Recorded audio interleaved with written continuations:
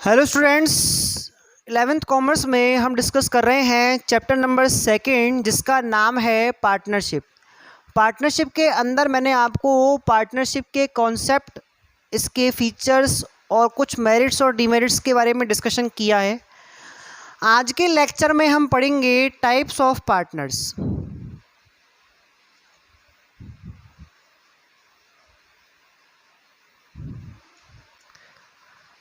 Types of partners में साझेदारों के प्रकारों के बारे में चर्चा की जाएगी। जैसा कि आपको पता है कि एक पार्टनरशिप बिजनेस के अंदर जितने भी मेंबर्स होते हैं उनको हम इंडिविजुअली पार्टनर के नाम से जानते हैं, और अगर हम उन्हें ग्रुप के रूप में जानेंगे तो ग्रुप में उनको फर्म कहा जाएगा। क्या कहा जाएगा? फर्म। ठीक है। और हमने ये भी पढ़ाया हुआ है इस बारे में कि भाई आपका जो बिजनेस होता है पार्टनरशिप का, या तो वो कोई एक साझेदार या सभी साझेदार मिलकर क्या कर सकते हैं, बिजनेस को ऑपरेट कर सकते हैं। तो यहाँ पे उस बेसिस पे कुछ डिफरेंट टाइप के आपके पार्टनर्स हैं, जिसमें हम सबसे पहले बात करते हैं नंबर फर्स्ट पे एक्टिव पार्टनर के बारे में। एक्टिव पार्टनर को सक्रिय साझेदार कहा जाता है। सक्रिय साझेदार, भाई आपकी भाषा में सक्रिय व्यक्ति कौन है? कि सब वो व्यक्ति सक्रिय है जो काम करने में कुशल है, वो अच्छा बढ़ चढ़ के आगे रह के काम करता है। तो वही बात यहाँ पर है। जो आपका एक्टिव पार्टनर है, उस एक्टिव पार्टनर से क्या है, अपने डेफिनेशन क्या होगी इसकी कि एक्टिव पार्टनर वो पार्टनर है जो पार्टनरशिप फर्म में कैपिटल इन्वेस्टमेंट करेगा, जो पार्टनरशिप बिजनेस में प्रॉफिट्स एंड लॉसेस को शेयर करेगा, यानी कि उसको लाभ हानि में बंटवारा मिलेगा। लेकिन जो बिजनेस का मैनेजमेंट है, उस बिजनेस के मैनेजमेंट में वो एक्टिवली क्या करता है, पार्टिसिपेट करता है, यानी कि बिजनेस मैनेजमेंट में वो बढ़ चढ़ के हिस्सा लेता है, सक्रिय रहता है, इसलिए उसको सक्रिय साझेदार कहते हैं। इसको हम एक्चुअल पार्टनर ही मानेंगे, क्योंकि एक्चुअल पार्टनर को बिजनेस को मैनेज करने का फुल राइट होता है। यहाँ पर इस बंदे ने सबसे ज़्यादा काम करने का ठेका ले लिया, तो इसको हम क्या बोल रहे हैं, एक्टिव पार्टनर बोल रहे हैं। एक्टिव पार्टनर वो पार्टनर है जो बिजनेस में इन्वेस्टमेंट करेगा, फर्म में इन्वेस्टमेंट करेगा, शेयर प्रॉफिट एंड जो लॉसेज होते हैं उनको शेयर करेगा, और उसके अलावा बिजनेस में काम में मैनेजमेंट में क्या करेगा, ज़्यादा कंट्रीब्यूशन देगा। उसको हम क्या बोल रहे हैं, उसको बोल रहे हैं हम एक्टिव पार्टनर। क्लियर? अब इसी के अगेंस्ट अपन दूसरा पढ़ रहे हैं जिसका नाम है इनएक्टिव पार्टनर। इनएक्टिव पार्टनर बोल लो या स्लीपिंग पार्टनर बोल लो, स्लीपिंग, या डोरमेंट पार्टनर। डोरमेंट, देखो इसके 3 नाम है, आपको कंफ्यूज नहीं होना है। डोरमेंट पार्टनर, इनएक्टिव, स्लीपिंग और डोरमेंट। डोरमेंट का मतलब और इनएक्टिव का मतलब निष्क्रिय होता है, और स्लीपिंग का मतलब होता है सोया हुआ, जिसे हम सुषुप्त साझेदार भी कहते हैं।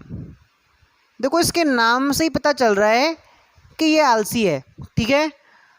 तो सुषुप्त साझेदार कौन सा होता है आपका, जो बिजनेस के अंदर पैसा लगाएगा, यानी कि फर्म में उसने कैपिटल इन्वेस्टमेंट किया है। अब कैपिटल लगाया है तो सीधी सी बात है उसको प्रॉफिट और लॉस में भी क्या मिलेगा, हिस्सेदारी मिलेगी। लेकिन बिजनेस में कोई काम नहीं करेगा। भाई ध्यान रखना है आपको, बिजनेस में ये मैनेजमेंट में इसका कोई पार्टिसिपेशन नहीं है, इसने केवल पैसा लगा दिया और फिर ये प्रॉफिट एंड लॉस के शेयर के टाइम पे आएगा। उसको हम क्या कह रहे हैं, स्लीपिंग पार्टनर बोल रहे हैं। समझ में आ रहा है आपको? स्लीपिंग पार्टनर कौन सा है, जो एक्टिव पार्टनर का जस्ट अपोजिट है। इसके अंदर जो पार्टनर है वो पैसा भी लगा रहा है, प्रॉफिट और लॉस बांट भी रहा है, लेकिन बिजनेस के अंदर मैनेजमेंट में कोई पार्टिसिपेशन नहीं ले रहा है। ये भी अपने आप में एक्चुअल पार्टनर है। क्लियर? तो उसको हम क्या कहेंगे, सुषुप्त साझेदार या स्लीपिंग पार्टनर के नाम से जानेंगे। क्लियर है? नंबर 3 पे हम बात कर सकते हैं नॉमिनल पार्टनर के बारे में।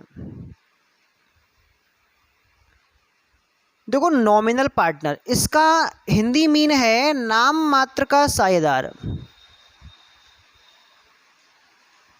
अब आपको इसको याद रखने के लिए इसके नाम को ध्यान रखना है। नाम मात्र का मतलब होता है जिसने केवल मात्र नाम ही दिया है, अपने बिजनेस में केवल नाम ही दिया है, इसने कुछ नहीं दिया।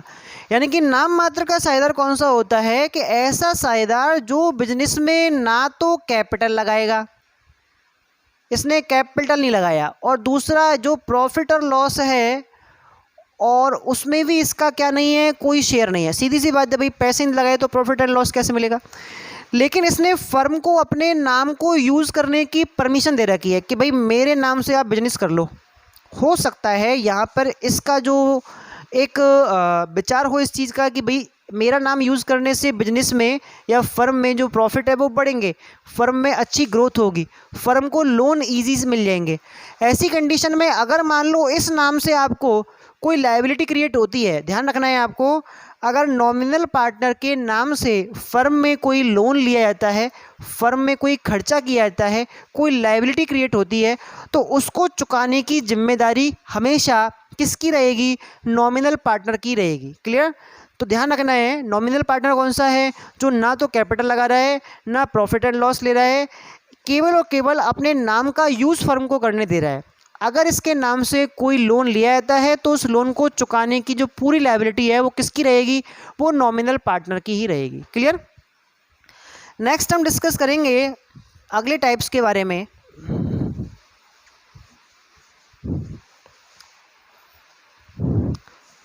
नंबर 4 पे आता है आपका सीक्रेट पार्टनर।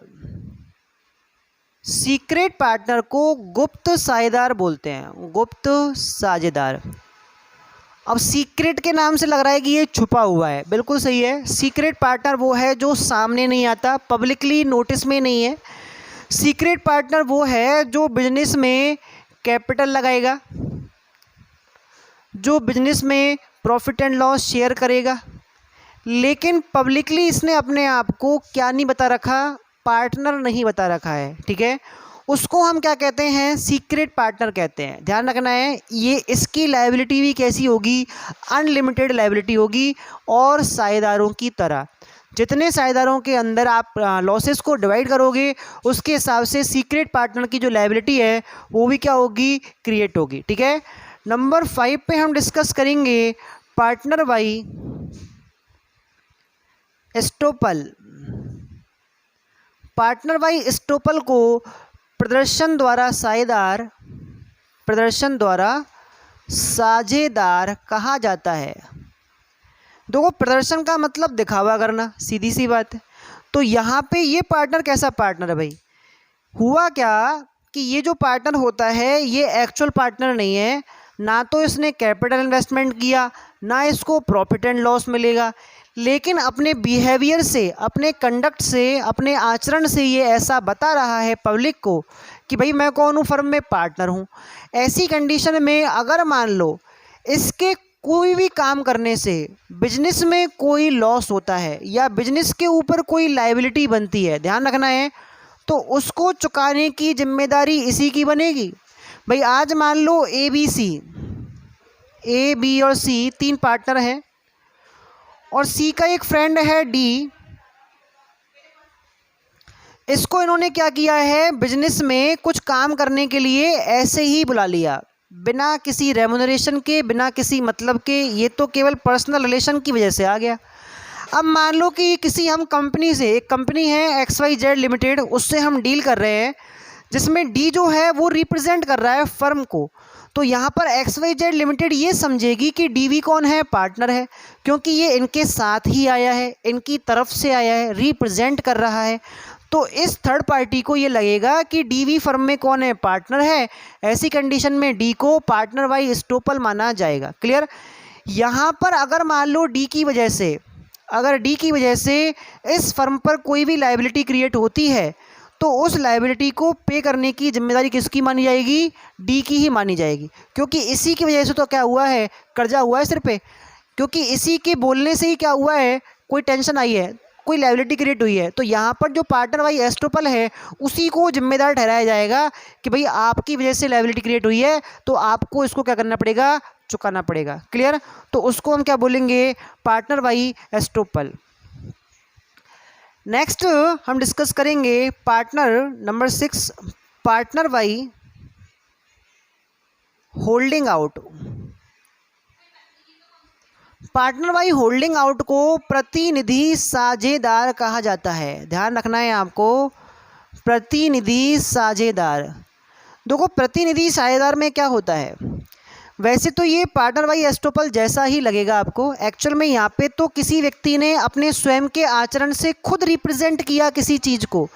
यहाँ पर एबीसी कंपनी ने क्या किया, डी का रेफरेंस देके थर्ड पार्टी से कांटेक्ट किया। ध्यान रखेंगे, हम डी का रेफरेंस देके थर्ड पार्टी से कांटेक्ट किया और इस बारे में डी को पता चल गया कि भाई ये फर्म मेरा रेफरेंस देके अपने बिजनेस को कर रही है, और डी ने इस चीज़ के लिए परमिशन भी दे दी कि हाँ आप ऐसा कर सकते हैं। तो यहाँ पर जो डी है वो बिजनेस को क्या कर रहा है, रिप्रेजेंट कर रहा है, इसके नाम से बिजनेस किया जा रहा है। ठीक है, अब इसने परमिशन दे दी है तब तो कोई दिक्कत ही नहीं है, तो इसको हम क्या कहेंगे, प्रतिनिधि साझेदार कहेंगे। इस पार्टनर ने ना तो कैपिटल लगाई, ना किसी तरह का ये प्रॉफिट एंड लॉस लेगा, लेकिन बिजनेस को रिप्रेजेंट कर रहा है। अगर कल को मान लो कोई लायबिलिटी क्रिएट होती है तो डी इसके लिए जिम्मेदार होगा। डी अगर चाहे तो भविष्य में इस चीज़ के लिए मना कर सकता है कि भाई आगे से मेरा नाम तरह बिजनेस डील्स के अंदर यूज़ ना किया जाए। ठीक है, अगर वो इस चीज़ को मना कर देता है दूसरे पार्टनर्स को या फर्म को, तो उसके बाद जो लायबिलिटी क्रिएट होंगी उसके लिए फिर डी को जिम्मेदार ठहराया नहीं जाएगा। क्लियर, तो इसको बोलते हैं हम प्रतिनिधि साझेदार या partner by holding out. Clear, तो इस तरह से आपके जो 6 पार्टनर्स के टाइप्स थे वो आपके ख़त्म होते हैं। नेक्स्ट लेक्चर में हम डिस्कस करेंगे टाइप्स ऑफ पार्टनरशिप के बारे में। Thank you.